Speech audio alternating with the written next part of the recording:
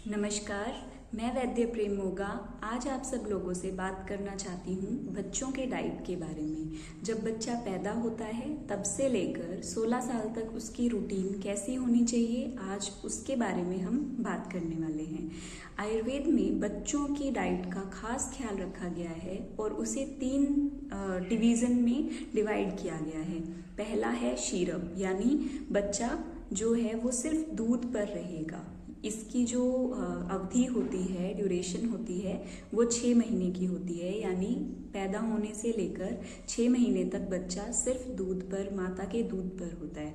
कभी कभी ऐसी सिचुएशन आती है जिसमें माता का दुग्ध बच्चे को हम नहीं सेवन करवा पाते हैं, तो ऐसी अवस्था में गाय का दूध या फिर बकरी का दूध, इसे आयुर्वेद में बताया गया है। तो वहाँ पर उन दूध को लेकर और आयुर्वेदिक औषधियाँ लेकर उस दूध में उबाल कर बच्चे को थोड़ा थोड़ा पिलाया जाता है, ताकि माता के दूध के अभाव में उसका शरीर जो है उसका पोषण किया जा सके।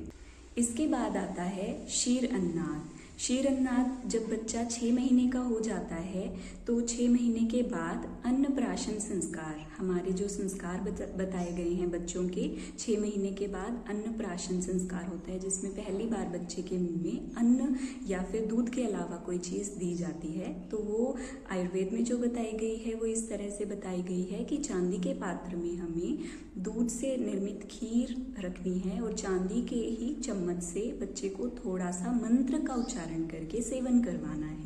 तो ये जो शीर अन्नाद अवधि है ये 6 महीने से लेकर बच्चे के 2 साल तक बताई गई है, और इसमें हमें धीरे धीरे बच्चे के जो अन्न है उसको सातम्य बनाना चाहिए। सातम्य यानी क्या? बच्चे ने आज तक कभी भी सॉलिड नहीं खाया है, दूध पर ही रहा है, तो उसकी जो पाचन शक्ति है वो अभी एकदम से ज़्यादा सॉलिड फूड को खाने में कैपेबल नहीं होती है, इसीलिए उसको धीरे धीरे हमें बढ़ाना चाहिए। तो इसके लिए हम क्या कर सकते हैं? सबसे पहले जब हम 6 महीने का बच्चा हो जाता है, फिर जैसे खीर या फिर मूंग दाल को उबाल कर उसका जो सूप बनता है, वो ऐसी पतली पतली चीज़ें हमें शीर अन्नाद काल में देनी चाहिए।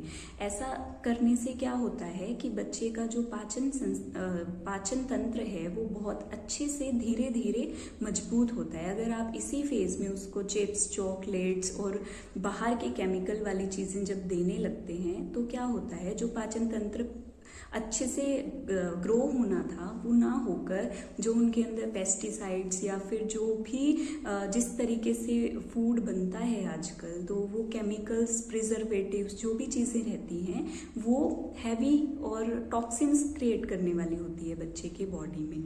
तो इसीलिए उन सबको हमें अवॉइड करना चाहिए। और सबसे पहले दूध, उसके बाद जब बच्चा 6 महीने का हो जाता है तो धीरे धीरे, जैसे पहले मूंग जो है उसका सूप पिला दिया, या फिर जो सीजनल फ्रूट्स होते हैं उनका रस पिला दिया उसको। उसके बाद धीरे धीरे उस मूंग को उबाल कर उसको बिल्कुल पीस कर उसको धीरे धीरे खिला दिया। इस तरीके से जो भी चीज़ें आप करना चाहते हैं वो पहले तो बिल्कुल ही लिक्विड फॉर्म में, फिर उसको मसल कर बिल्कुल नरम करके धीरे धीरे आपको इसकी मात्रा को बढ़ाते जाना है। इसके बाद आती है अन्नाद स्टेज। जब बच्चा 2 साल का हो जाता है उसके बाद हमें उसको जो दूध उसको पिला रहे थे, या जो पतला सूप, वेजिटेबल सूप या फ्रूट्स, खीर, ऐसी चीज़ें जो खिला रहे थे उसको धीरे धीरे कम करते हुए सॉलिड जैसे रोटी, सब्जी, ऐसी सारी चीज़ें जो हम खाते हैं उसको धीरे धीरे बढ़ाना चाहिए। बच्चे को बहुत ज़्यादा खिलाने से वो हेल्दी होगा ऐसी बात नहीं है। आयुर्वेद में बताया गया है कि जो हम खाते हैं वो हमारी अग्नि यानी पाचन तंत्र पर निर्भर करता है। जब खाना थोड़ा खिलाया लेकिन अच्छे से पचा तो वो अच्छे से शरीर को पोषण देता है। जब बहुत ज़्यादा चीज़ें हम खिलाने लगते हैं, बच्चे को भूख नहीं है और जिद करके हम उसको खिलाते हैं, तो वो सही नहीं है। बच्चे को जितनी भूख हो उतना ही खाना खिलाना चाहिए। और बच्चे को नमक वाली चीज़ें डाइट में कम रखनी चाहिए, खट्टी चीज़ें कम रखनी चाहिए, क्योंकि ये दोनों चीज़ें बच्चे के जो पोषण है, शरीर का जो पोषण होना है उसमें ये रुकावट पैदा करते हैं।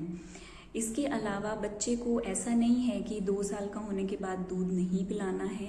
दूध जो है वो जीवनीय और रसायन यानी रिजुविनेशन करने वाला माना गया है, इसलिए दूध जीवन भर पीना है, लेकिन बाकी की चीज़ें डाइट में ज़्यादा सेवन करवानी है बच्चे को।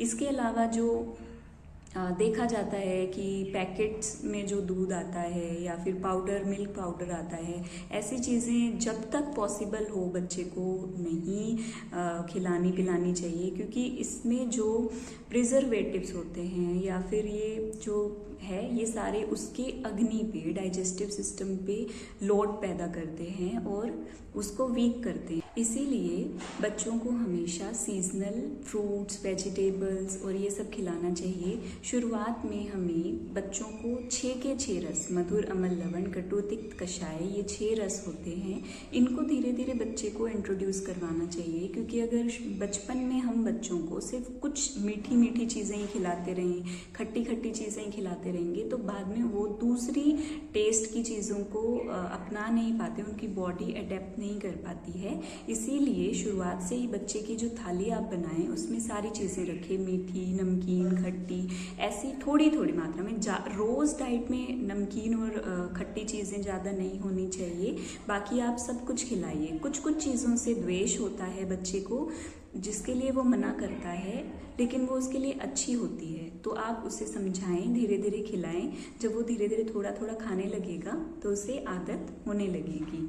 आजकल जैसे हम देखते हैं कि पेशेंट आते हैं बच्चों को लेके, तो वो बोलते हैं कि मैडम ये तो खाता ही नहीं है, बस चॉकलेट खाता है, बर्गर खाता है, हम इसको हेल्दी फूड दें तो ये खाता ही नहीं है। चॉकलेट और बर्गर ये सारी चीज़ें किसने खिलाना सिखाया उनको?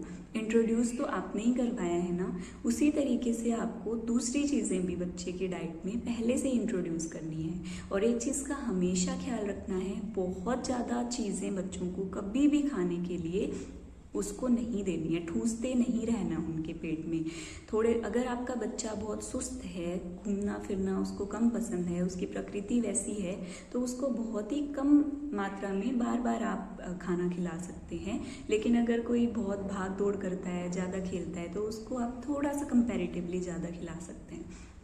बाकी आपके बच्चे की प्रकृति क्या है, उसको कौन से मंथ में कैसा खाना खाना है, अगर आप डिटेल में बात करना चाहते हैं तो आप नीचे दिए गए नंबर पे कंसल्ट कर सकते हैं और अपने बच्चों के लिए डाइट प्लान बनवा सकते हैं। जय आयुर्वेद। Thank you.